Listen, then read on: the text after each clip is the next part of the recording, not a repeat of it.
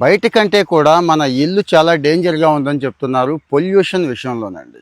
Environmental protection agency అని America వాళ్ళది, IIT Roorkee ఇద్దరు కూడా కామన్గా ఒకటే చెప్పారు. మన ఇండియా గురించే, మన ఇళ్ల గురించే, ముఖ్యంగా ఈ పరిస్థితి వల్ల మనకంటే కూడా, మనం అంటే అలా బయటికి పోయి వస్తూ ఉంటాం, ఆడవాళ్ళు ముఖ్యంగా లేడీస్ చాలా ఇబ్బంది పడుతున్నారు. అనారోగ్యం పాలవడానికి ఇదే కారణం అంటున్నారండి.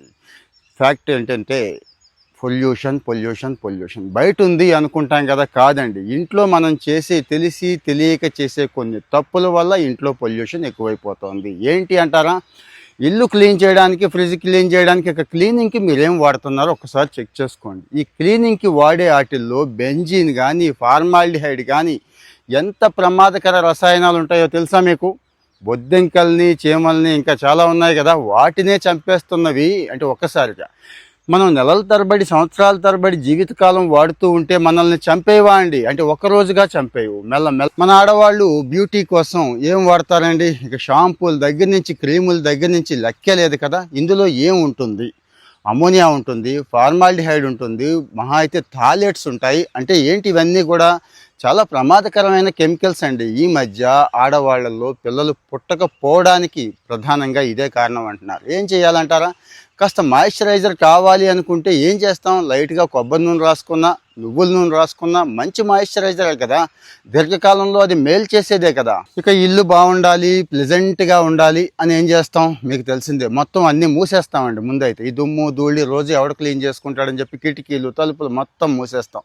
దీంతో ఏమవుతుంది? మెల్లగా తేమ వచ్చి చేరుతుంది. ఒక బాత్రూమ్లే కాదు, బెడ్రూములు కూడా. పైపెచ్చి ఏం చేస్తామండి? రూమ్ స్ప్రేయర్ మామూలుగా కొట్టం.